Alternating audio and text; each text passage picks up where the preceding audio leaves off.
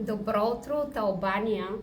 Чакайте да сваля очилата, че не е възпитано да говоря през очила. Вчера се настанихме в хотела, в който сме отседнали. С ужас установих, че нямам кафе. В стаята има приготвен само чай.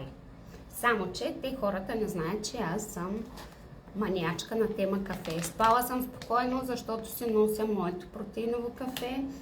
Този път съм си взела с лешник. Добавих само гореща вода.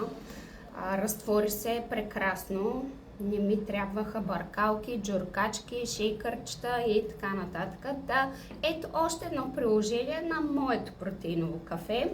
Минахме в новия месец. Не знам дали кодът ми е активен, но опитайте. Моника 10.